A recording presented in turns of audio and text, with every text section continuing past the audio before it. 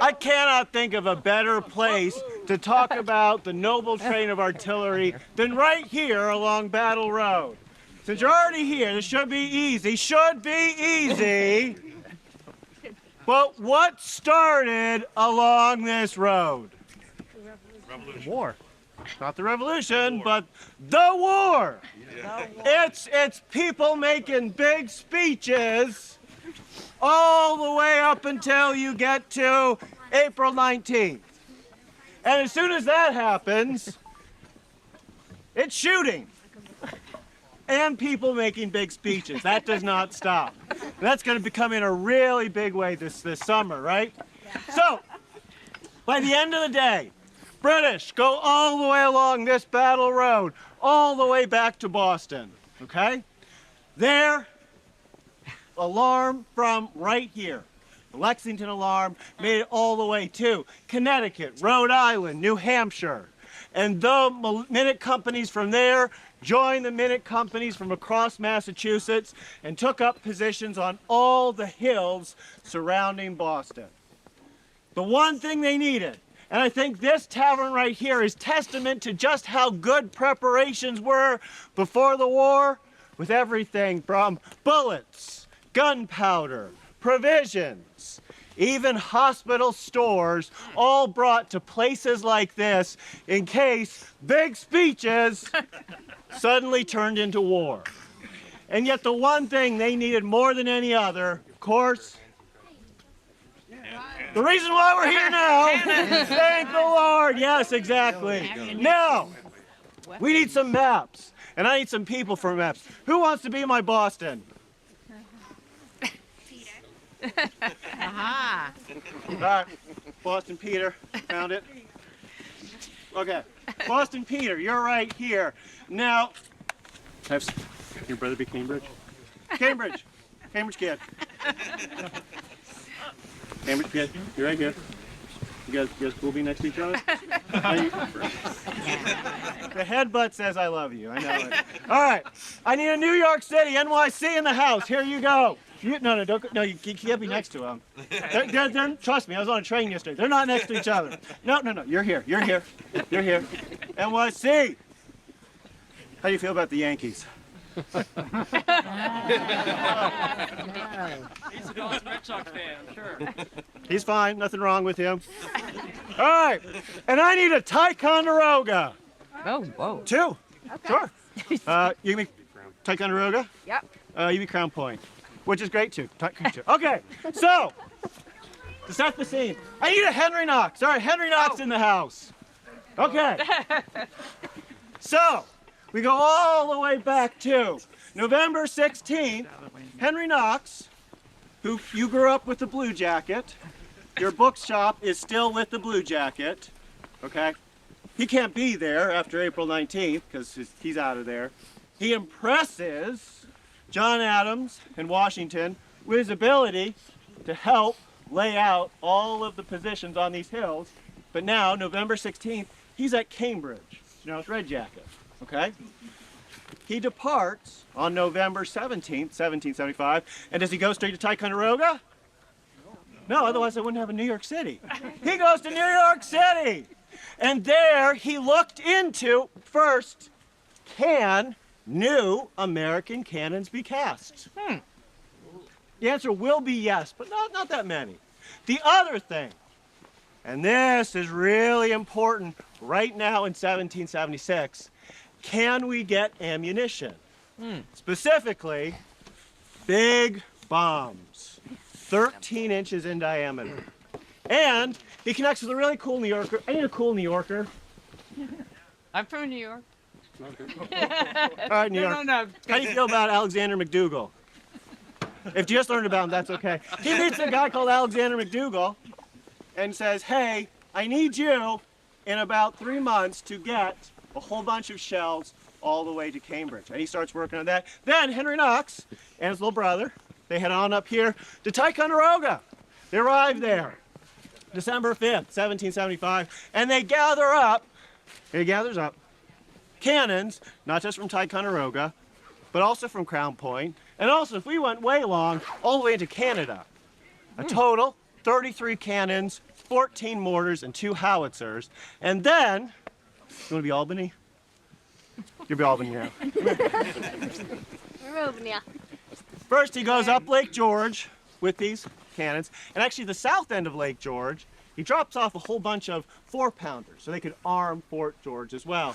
Then, from there, he proceeded on along the west bank of the Hudson River. There, the roads so badly rutted, and we have to picture this. Use your imaginations. It was winter. Oh. That's already not good. Right? Yeah. I have no idea what winter would look like right now. And so he has yokes of oxen, 2 yokes per sled, hauling these guns. Finally get to Albany, and there in Albany is a problem. You got to cross 2 icy rivers. One, the Mohawk. And while he's at the Mohawk, how do you feel about the falls at Cohoes? They're beautiful. He could go on for hours about this, and he did in his diary. But he figured out with the Teamsters to get across the Mohawk, get across the Hudson River. Then, working with Philip Schuyler. Who loves Philip Schuyler? Woo! Woo! Hamilton. Yeah. Oh. I have to say, from Philip Schuyler's perspective, if Hamilton cheats on his wife, hope he gets shot in a duel. Yeah. Ah, that's a terrible joke. Now, he's going up and over the Berkshire Hills. Going up and over is challenging, right? Good thing you're tall. In fact, it's so challenging. The uphill's tough enough, but you gotta go downhill, right? No. So on downhills, they actually would take teams of horses and put them on the backside so they could break Cool. all the way down the steep slopes. Then they get to the Connecticut River. Yeah. And then Henry Knox from there, he actually rides on ahead. He's now at Cambridge. Because he trusts, he's got 4 groups, 4 companies, as they describe them, of Teamsters driving these cannons along.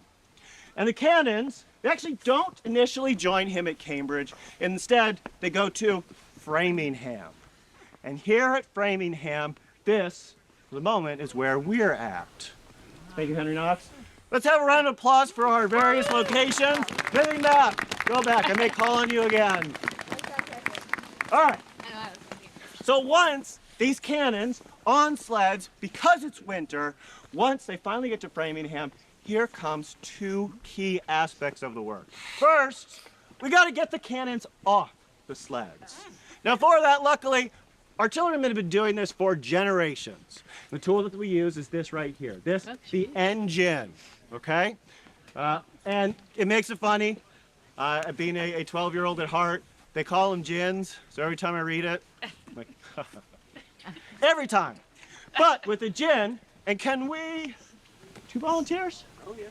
All right, I need 2 strong for TC. Okay, of course it's gonna need 2. There wasn't any contact. Get on over there. Gotta go, follow Henry Knox's directions. Okay, so with the engine, we're gonna go ahead and we're going to use a whole bunch of mechanical advantage to actually lift these cannons. Yep. So one of which you'll see, of course, we've got the block and tackle. Now, you guys are ready for math? Let's hear it for math! Yes. I did not expect you to actually reply positively. That's awesome. Okay, so we got some math here. With the rope, if you just take a rope down through a pulley and up and then just pull upwards on that, by virtue of there being 2 ropes going to and from the object, it's now 1 weight over 2 ropes, which gives you how much of the weight? 1/2. Okay. Well, then you'll have this right away. You can see the rope goes 4 times. So whatever we're lifting, we have now put that as 1/4 of the original weight. But we do that, because there's always trade-offs with these simple machines. We do that with the trade-off that there's a lot more rope. There's actually 4 times the rope to do the same distance. And to handle that, we've got the spool there. Now the spool, it is possible to turn it just by hand. We do it. But once you got an actual heavy weight, at that point, it becomes essential to put on these levers. And you can see the end of the lever is rectangular, and it fits into, square, fits into these square mortises inside of the spool. So you put the lever in, You don't want it unraveling and falling. and once you got the cannon nicely balanced, All right, ready? come on, Colonel Hank. I'm working them here. By your journal, you didn't like Spent- New York City. spent Everything too was too much time there. expensive. It was too expensive, but Too the expensive. attitude's all right. You still bought a saddle and And a then you go picture down. of wolf. Done. And you go in and you wait. Yep. So by putting that lever in, you now have leverage, quite literally leverage, of pulling on the end, turning that spool, and in no time, yeah. Now, if this were about me, I would show off and just lift the whole cannon by hand. Yeah. And you would see, you know, a grown man cry shortly thereafter. But this is so much better. And of course, this is applicable whether we have a 3-pounder cannon like this, which indeed, Henry Knox was very excited that he found at Ticonderoga 8 bronze 3-pounder cannons, all of which had been recently captured from the British at a place called Saint Jean. These, not the guns you need to batter Boston, but let's think big picture here. Those are the kind of guns that move with an army in the field. Which is coming next. However, the big gun.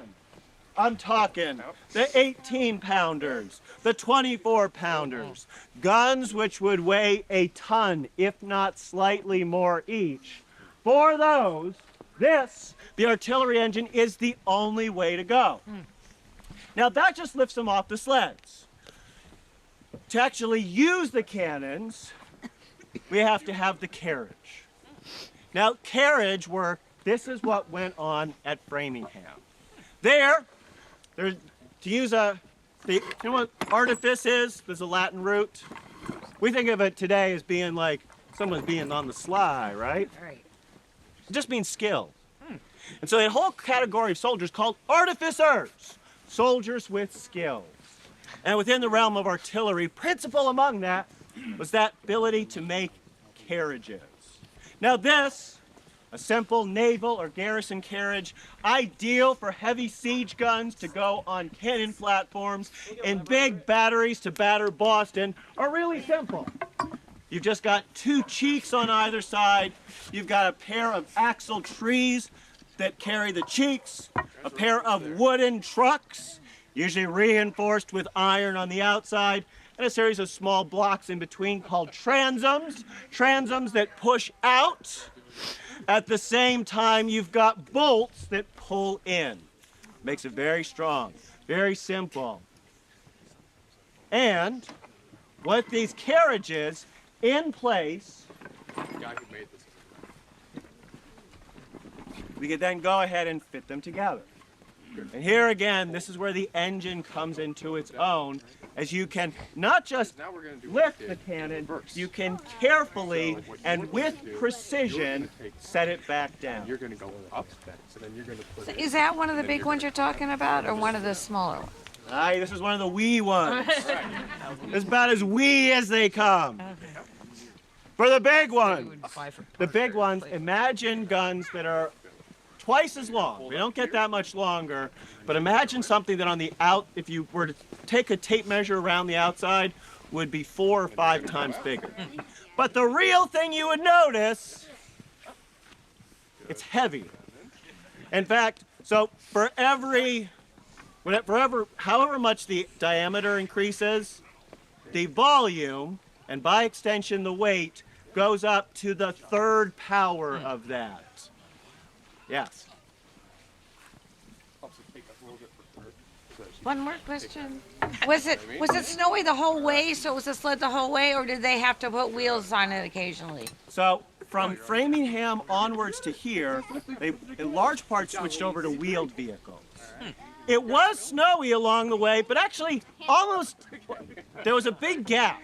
Actually, ironically enough, right around Christmas Day, poor Henry Knox, he writes to, not his boss, but his boss's friend, he writes to Philip Schuyler and says, hey, I'm really stuck right now. There's no snow as I'm trying to get from Stillwater south.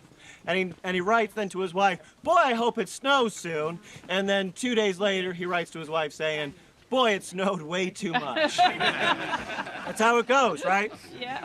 Okay, so this gets us cannons from Ticonderoga mounted on carriages, which brings us actually right to where we are now. Like exactly now in 1776, this week, the question on everyone's minds, what do we do with them? Yeah. And this guy, George Washington, who's heard of him? Assume everyone. He was asking this question a lot. Now I can tell you right in this moment, George Washington actually had some spies within the city of Boston. Those spies had given him information, and also folks carefully watching from those hilltops surrounding Boston. They had watched back in December, back at the same time Henry Knox was at Ticonderoga, they had watched as the British started taking some of their big heavy cannons, and they moved them from Breed's Hill and Bunker Hill back to Boston. Then, before the harbor started to ice up, they noticed actually a fleet of British ships taking a good chunk of soldiers, about 2,000 soldiers away. We don't know where they're going. And we said, huh. So by now, Washington and the Congress and all the officers serving underneath him, they are pretty sure the British are not sticking around. And they don't know where they're going to go next. They could go to Rhode Island. They could go for New York City. Heck, and they actually did, they'd go for Charleston. In fact, the same day of evacuation day, British took up positions around Charleston. So the question then is, how? We have the guns. How do we finish this? Well, I want to make another map. All right, I need map team. All right, map team. Who wants, you want to be Cobble Hill? Sure. You're pretty tall. You're Cobble Hill. You're Cobble Hill. You're right here, okay. Actually, you want to be one again? Sure. All right, I'm gonna have you switch. You're gonna be Cobble Hill. You're gonna be Prospect Hill, which is a little bit taller. All right, who's my Lechmere Point? Yeah, good. Lechmere Point, you're right about here. I need someone. Sir, just because you're wearing so much Red Sox paraphernalia, can I call upon you in our hour of need? You are gonna be Boston. With very good reason. All right. Now, we're going to put Knox. You're right here at Cambridge. Okay. Actually, I want to be Israel Putnam, so I'm going to stand right here. All right. I need, actually, Tommy. You're a good son of Massachusetts Bay. You're going to be Artemis Ward. You're going to be over here. Who wants to be Roxbury? Do we have Roxbury in the house? Come here. You're Roxbury. You're Roxbury. So, yep. Roxbury, you got to stand in front of here. Artemis Ward. Protect me. Yep, to protect you. And you guys have never heard of this place called Lamb's Dam? Yeah. It's right at the mouth of the Charles River. You want to be my Lamb's Dam? All right, you're going to be right here. Okay. And I need 3 people. 1. I have 2 more. 2 more. 3 people. Come on. You haven't been shy up to this point. You haven't been shy. All right, you're going to be, how about you're just going to stand for, put your arms out, because you're actually 3 spots facing that way. You're going to be right here. You're going to be a place called, you're okay. You are Dorchester Neck. Actually, you'll be a little closer here. See over there. And I need someone to be Boston Neck. Boston Neck. Come on, yes. Red jacket matches. So you are Boston Neck. You are right, you're right here. You're actually right in between Boston and Roxbury. This is not to scale, by the way. Do not blame me for this. But Boston Day is so different, so different. In order to understand what's going on, you have to have the map. Now, into this, Washington's idea, because I need you to dig deep in your imagination. Imagine it's cold. It's like right now. In fact, right now, it was so cold. How cold was it? Snowing. You are wrong. How cold was it? It was so cold that actually Boston Harbor froze between Dorchester Neck and Boston Neck.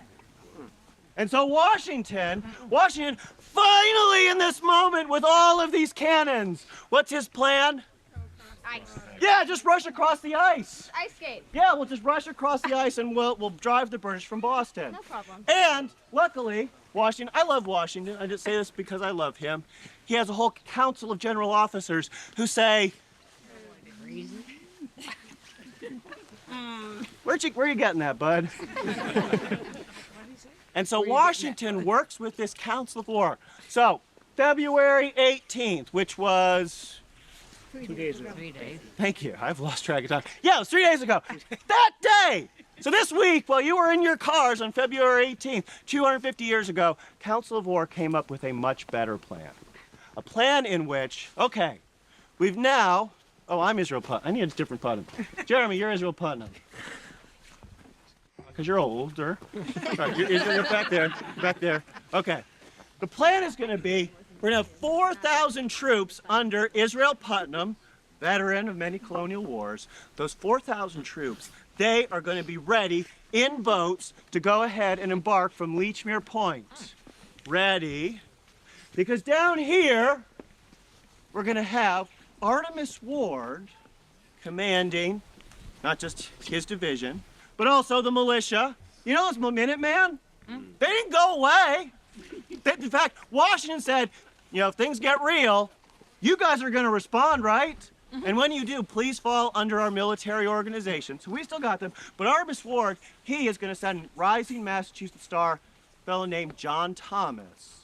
Thomas, he is going to take 2,000 men, and they're going to go to Dorchester Neck, which the British, they scouted it out back on February 13th, and they're like, geez, Valentine's Day? We love Boston. Let's get back to there. So they left the next day. In this plan, so what Washington's going to employ this artillery with is actually a distraction.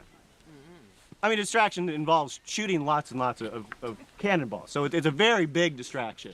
So Washington does, up on Cobble Hill, Lechmere Point, Lambsdale. He takes all of the biggest guns that Henry Knox brought from Ticonderoga, and I planted this seed before. What did he do in New York City? Cannonball. Bombs. He got the ammunition, which arrived just in time so that on the night of March 2nd, all right, Cobble Hill, Lechmere Point, Ramsdam, you gotta go boom. And keep going boom. I am ready. On the night of March 2nd, they all started going. Boom! All right, don't stop. Don't stop. Oh, I can't hear now. And they kept doing this into the next day. Into the next day. As a tremendous diversion. Are you not diverted? Yes! Because by the night of the 4th, keep going. By the night of the 4th, John Thomas, with his 2,000 picked men, including 250 the best carpenters, they rushed across the marshy ground between Roxbury Heights and Dorchester Neck, and there, 2,000 men in one night, they dug 2 forts overlooking Boston and Boston Neck. Now, again, imagine it's winter. If you are trying to dig entrenchments, what's the hardest thing? Ice. The ground? All the above. Everything else. Whew. Weather elements. The snow? Luckily, this isn't anyone's first winter at that point. And actually, a fellow named Rufus Putnam, he says, hey, Washington, here's the plan. You're going to have everyone go out into the countryside and stockpile tons and tons of fascines. Fascines, bundles of sticks, where you tie them together. And because of your collective strength as one fascine, they're that much stronger. It'd be a great metaphor if it hadn't been ruined in the 30s. Now, these fascines, they're stockpiled in all of these different camps. And this is really clever. Israel Putnam, he actually had his soldiers dig into the marshes and there pull up plugs of marsh turf. And every time you get a barrel of provisions and you eat the provisions, what are you left with? A barrel, multiple barrels. And so all of these had been stockpiled. All the while, our guns are going. All right. So that it's not just 2,000 men, it's all of these supplies and 300 yokes of oxen hauling sleds and carriages to get it all in position so the British wake up the next morning and see what they believe to be the work of 10,000 men. So much so that they decide, whoa. They're so eager to get to Dorchester now. So that the British here in Boston, they sortie out. They hop in boats. They're going to drive Thomas's men from Dorchester Neck. And as they get into their boats, the wind picks up. It's a cold wind. You have to imagine that too. The cold wind pushes them out beyond Castle William, and they can't land. It doesn't stop. Over the next night, more Americans bring these fascines, these plugs of salt marsh turf, all of them building up these fortifications, hoping that the British might come out to attack them, because they know if the British come and attack them, Israel Putnam's got 4,000 guys in boats ready to land on the north side of Boston. So no matter what the British do, they lose. So by the time we get to the night of March 9th, there's more men. Now riflemen join Thomas, and they build yet another battery, a battery that's so close you could actually reach out and touch Boston Neck. The British at this point go from a controlled plan to leave Boston to a panicked evacuation. Panicked evacuation where they hop in boats as fast as they can, and on March 17th, as the wind finally switches from the east to the west, they sweep on out of here. And we get this great victory. Let's have a round of applause for Map here. Map, you may go back. And our general officers. Put it yourself. Excellent. Now, I point all of this out because the story of Henry Knox's trail and moving of the guns is incredible. It's amazing. But by the time you are here, and the war was here, it had been here for the past 10 months. By the time the war is here, things have shifted gear radically, and this is no longer about merely moving cannons. This is about taking soldiers who have been frustrated, sitting in their entrenchments over the winter, going home, coming back with no sense of progress in sight. This is about pulling them together to achieve something that became the goal by the end of the first day of the Revolutionary War. It's also a moment that helps change the war itself. John Adams, great guy. Yeah. John Adams, this same week, wrote, in the Congress, we discussed that we should all pledge to collectively defend all of our ports together. Because every 13 colony has got its port, right? Yeah. And as they debated this in Congress, he said, you know, if we collectively are defending our ports, we together no longer can reconcile. We must declare our independence. So this week right now, the two great stories, one of the guns coming from Ticonderoga to Boston, it ends. And the story of declaring our independence begins. And you, the good citizens of Massachusetts Bay and other colonies, you stand right here at that fulcrum. That moment that the war itself fundamentally changed. And changed into what we know it to become by the war's end. Now, before I send you on your way, all the stuff I've talked about, oxen, making ammunition for these cannons, that's inside, it's in the far room. The work of civilians and women on the home front to keep all of this going. That's inside there. And shortly, the work of actually building these cannon carriages, that is going to be in the big barn way in the back.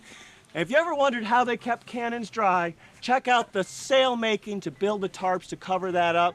All of this is yours to explore, all of the pieces of this fulcrum, this moment when the Revolutionary War changed. And lastly, most important of all, I want to say thank you. It's because you're here right now imagining what winter would be like. It's because you are here that the story of our Revolutionary War ceases to be one punctuated merely by the writing of the Declaration of Independence, but it becomes the 8-year-long struggle that involved not just famous figures, but thousands working together, realizing what they wanted, and forging a nation together. And they knew, and they wrote about it, so that posterity, future generations, us, would enjoy it. Thank you very much.